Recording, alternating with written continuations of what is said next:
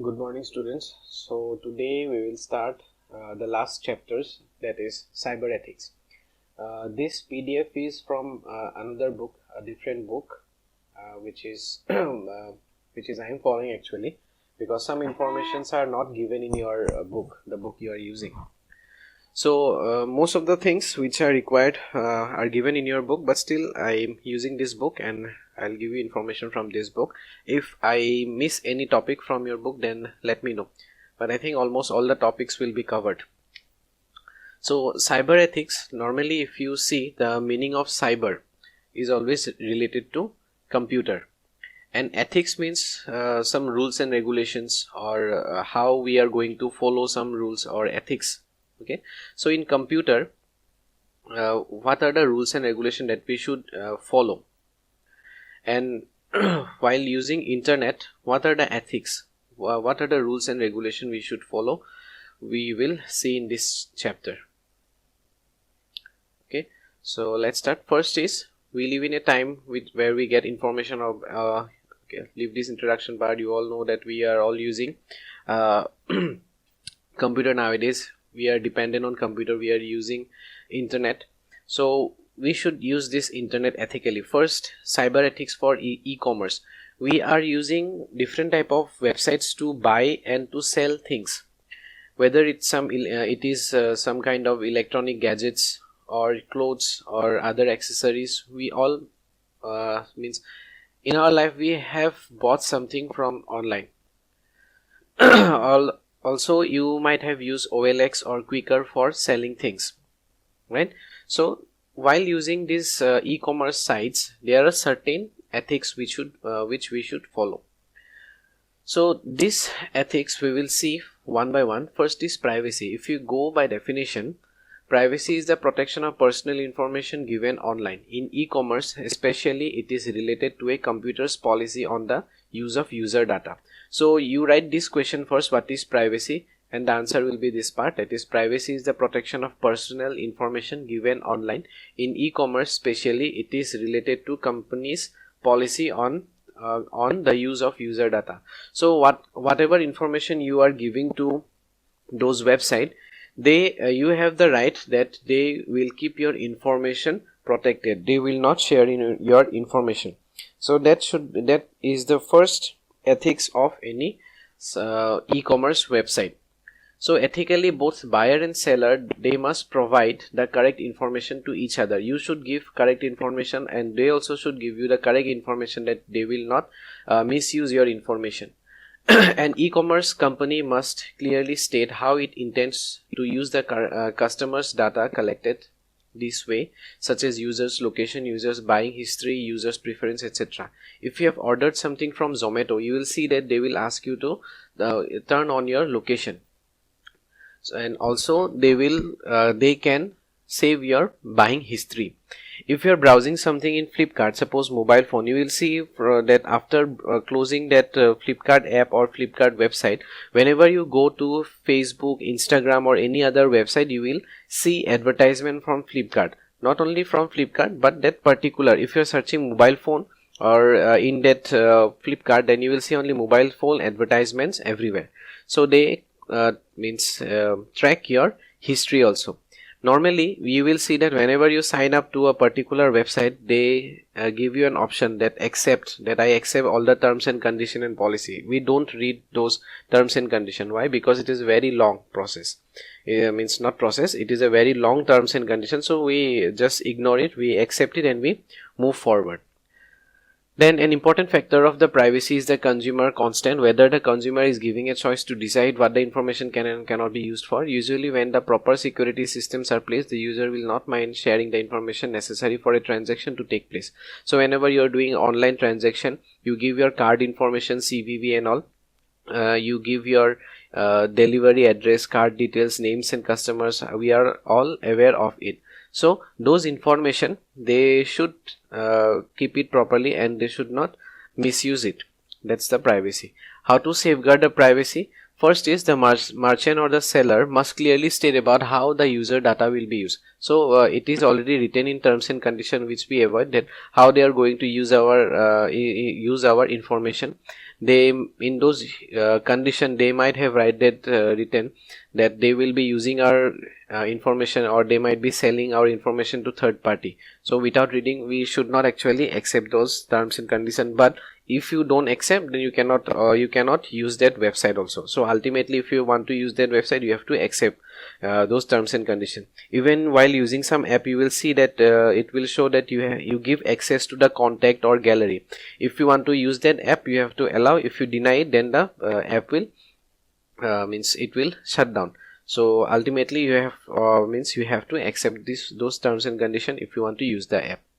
Then the merchant or seller must ensure that user has gone through the terms and condition. So you have to go all those terms and condition, that you have read those terms and condition and you accept it. The merchant must assure that user about data safety by implementing proper data safety and security measures. So they should use all those protocols and HTTP and other security mechanism in their website. The user must go through the terms and condition, which I already told you, but we never go through those terms and condition. Then fraud. Such type of frauds happen. Non-delivered goods. You ordered something online. Leave about Flipkart and Amazon. There are other websites also where you can order things which are not that popular. So if you order thing, you pay online, but your goods will not be delivered. That is one fraud. Then non-existent companies stealing information. They will steal your information, they will misuse it. And fraudulent payments means they have a payment gateway. While you will pay or pay, they will deduct the amount, but you will not get anything in return from them. So such type of frauds happens. So next question, you write, what are the online frauds? Okay. So you write these 4 points. So how these frauds can be stopped? The measures to stop these frauds may include a monitoring official body that ensure the scarcity of e-commerce company and delivery of goods services as promised. So there are certain website cyber safety or cyber security branches or cyber websites are there where you can complain, and they monitor all these bodies. Strong security mechanisms by e-commerce sites and payment gateway to prevent stealing of crucial information. Then official guidelines and safeguard of selling of users data to third party. You might have sometime have got some call from different people offering loans or credit cards. Maybe your parents have got such type of phone calls, or you might have seen, you get emails from some websites where you have never visited or you have never registered those websites. So from where they are collecting this information, they collect this information from those websites where you have provided your information, like phone numbers or email address. So that's how they get your phone number. Also, whenever you're browsing through any website, always makes sure that you see this secure word in the browser and also this lock symbol. Also, there should be like HTTPS. This one, HTTPS should be there. Normally in some website you will see HTTP, but if HTTPS is written, then you will know that website is secured. But those connections which are not secured, you will get an exclamatory mark or I symbol like this. Those websites are not secured. So in those websites, don't provide any personal information or don't do any transaction. If you see this lock, only then you can do any transaction or can provide in your information. Then secure data transmission. So when some data is transmitted from your computer to another computer, means to the server, that from your client to the server, some data transmission, those data transmissions should be secured. Otherwise, what will happen in between, there are third party that can access your information. So SSL, secure data transmission, secure socket layers. So there are 7 layers. From your computer, when it reaches to the server, it has to cross through those 7 layers. Different type of layers are there. Those are also some programs. So those layers ensure that your informations are protected. So SSL is a standard security protocol which establishes encrypted links between a web server and a browser in an online communication. The uses of SSL technology ensures that all data transmitted between the web server and the browser remains encrypted and hence remains safe. So from your computer, when these information are transferred, it is actually encrypted. You will see that it is encrypted with 256 bit encryption or 126 or something. It was a 124. I don't remember exactly right now. I think 128 bit security and 256-bit security. There are different 256-bit security are more secure compared to 128-bit. Then data encryption. Data encryption means data are converted into such form which are not readable by other person. So that is known as data encryption. Then use safe protocol. Such files as means they uses secure FTP. Wherever possible, one should use safe protocols that use some safety shells such as SSH. So SSH and all this, you no need to know these terms. So simply remember SSL, secure data transmission, data encryption, and use safe protocols. Protocols, rules and regulations. So those companies or those websites should use safe protocols. Then other ethical issues. These days we know we can easily say that our society is information society and our era is information era. As we all know that information is a means to acquire knowledge. So whatever information, so this is also an information. You are getting this information to acquire knowledge. In other words, we can say that information forms the intellectual capital for a person or a body. So whatever information you get, that is a intellectual capital for a particular person, that is for you. And however, there are much ethical issues involved with the uses and availability of the information. So what happens, whatever information you get, those available information, there are certain ethical issues. First common one is intellectual property right, plagiarism, digital property rights. So let's see what is intellectual property right. As mentioned earlier, information makes intellectual property. Any piece of information is produced or created with lot of efforts and consumes a lot of time. Suppose this book, the writer has collected so much of information from here and there, then she has written this book according to her knowledge, right? So this information is produced and created with lot of efforts, and it has consumed lot of time for that person, for the writer. The cost factor is also involved with the creation or production of the information. There are costs, means people are involved who have designed this one, they have properly drafted this book, and then this book is produced in front of you. Though once produced, it becomes very easy to duplicate. For example, I have already duplicated this one using a PDF. So if I sell this PDF, then it will be what? It will be a intellectual property rights. Means that writer can put a case on me that I am misusing or I am selling her content. So here, since I am already using it for educational purpose, that is for teaching, then for that purpose it is okay. But if someone Xerox that one or maybe type that whole book and write their own name and without informing the producer, means the publisher or the writer, they are selling it, then it will be intellectual property rights. So they can put a case. The creator, producer of the information is the real owner of the information. So here the publisher and the writer are the real owner, and the owner has every right to protect his or her intellectual property. So this is the property of the publisher and the writer. To protect one's intellectual property rights, one can get information copyright or patent. So in this book also you will see, or the book that you are using, you will see there are copyright to the writer, or it will be copyright to the publisher. The ethical issue involved with is that information must not be exchanged without the consent of the owner. So you have to take permission from the owner and then you can use it. Next is plagiarism. Plagiarism means plagiarism is stealing someone else's intellectual work and representing it as your own work without citing the source of information. So this happens in Bollywood. You will see that Bollywood, most of the musicians, they copy songs from Hollywood or some other languages, then they produce it as their own, that this is my song, I have released it. Later you find out that they have actually they have stolen it from some other languages. The tune, it is stolen. So that is plagiarism. So any of the following act will be plagiarism, like using some other author works without giving credit to the author. So if you have a habit of reading book, you will see that if a writer is using some quotes of another writer or from another book, the first writer will cite that this quote has been taken from a particular book, or the author of this quote is so and so. So that should be there. Then using someone else's work in incorrect form and intended original by the author. So if an author has written this book, suppose this is written in a way, and I am presenting it as my own, or I am presenting it in a different way, then it will be also plagiarism. modifying, lifting someone's production such as music, composition, etc. without attributing it to the creator of the work.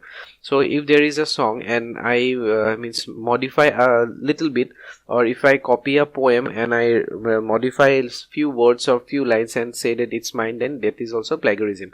Giving incorrect source of information, that is wrongful citation. Suppose I am using this or this definition from here, and I say that this definition I have taken from a science book, that is also a plagiarism because it is incorrect source of information. Then failure in giving credit or acknowledgement to the contribution to other or a collaborative effort to which you are also part of. So if you are collaborating with someone, or if you are using someone else's work, you have to give credit, or you have to acknowledge at least that it is someone else's work. So how not to plagiarize? Suppose even if you are using means internet, then if some work is given to you, suppose you have given a project, and if you copy something from the internet, directly copy it and paste it, then that is also plagiarism. So you should always give a credit that you have collected that information from a particular website, or you have collected that information from a particular book. So you should means write it. So how to avoid plagiarism? Another person idea, opinion on theory. You must give credit whenever you are using another person's idea, opinion or theory. You must give a credit that you are using from wherever you are using. Then quotation of another person, actual spoken or written word. You have to put double inverted commas and then write that person's name. Then paraphrase of another person's spoken or written word. You have to paraphrase it. Plagiarism is offense. If plagiarism involves copying not only ideas but also substantial portion of a copyrighted work without attribution and without permission, it would amount to be both copyright infringement and violation of special rights of the author to be credited. So in short means it's a crime. And suppose someone has an idea of a business idea, then, or if they have developed some medicines, you will see most of the medicines are patent. That means that if someone has means invented or made some medicine, he can patent it. Means this medicine is mine and no one else can copy it. If they need if they want this medicine, they have to give a royalty to me, or they have to pay certain amount. Only then I will give their this formula, or I will give this medicine to them. So that is known as a patent. Then digital property rights.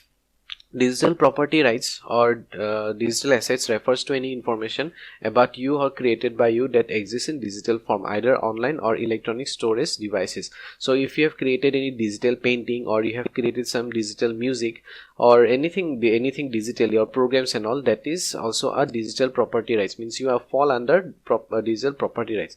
All of your digital property comprises what is known as a digital estates. So here one example: any online personal accounts such as email or communication accounts, social media accounts, shopping accounts, photo, video sharing accounts, video gaming accounts, online stores. So these all fall under digital property rights. So while playing games also, you have to log in into your play games, right? You have to give your information. They collect your information to what level you are. Then also you will see the mobile phones now, they can track wherever you're going. They keep information. Okay, so that is also a digital property right. So digital property right lie with the owner. Legally, a person who has created it or the owner who has got it developed by paying legally is a legal owner of the digital property. Only the owner can use and decide who, all, and in what form his her digital assets may be used by other, whether by making payments or buying it, or by obtaining a license, or by using rights in etc. Suppose you have made a software, then what will happen? You can decide who can use your software, in what form it can be used. Either they can pay and buy that software from you, or they can obtain a license from you, or they can take a right that they will use the software for around 1 month or 2 months. In that way you can give your software. So it applies to other digital forms also. So threats, digital software penetration tool. Although one needs to buy users rights or license to use digital property, there are many software penetration tools such as cracks and keygens. So most of us are using pirated softwares. Even my window is a pirated one, because means that original, if you want to buy a original one, it costs around 6,000 8,000. So what we do, we generally copy from some shop, or we copy from friends and we install in our computer. So that is a digital software penetration tool. Even there are some softwares, or there are some applications which you need to buy from Play Store, but there are certain websites from where you can use it without paying, and that is a digital penetration means you are not paying, you are using a pirated version of a software. Then stealing and plagiarism codes of your digital properties. Sometimes other developers somehow get hold of your software source code and then create plagiarized version of your code. Means if you have created a software and there is another software developer, he gets your software code, then he can create a version of your own of your software. In other words, they steal your software source code and use it to build their own version of it and then sell it under their own company name.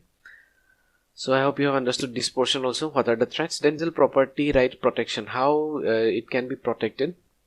Anti-tamper solution. There are many anti-tamper solution available today which ensures that your digital property is tamper proof, which these anti-tamper solutions use a host of advanced technology to prevent hackers from hacking, reverse engineering, or manipulating your digital property, such as utility tools, software, apps, video games, etc. So whatever you have created, if you have any software, if you have any application or games, then there are certain against different type of softwares or different applications which can protect your work.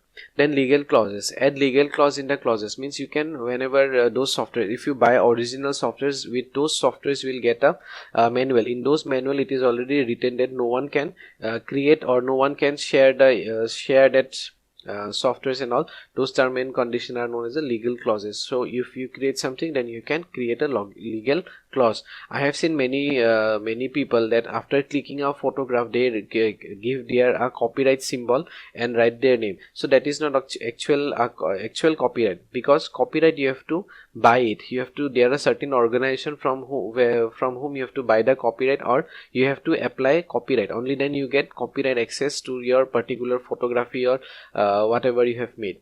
Just by simply writing that C does not make it a copyright.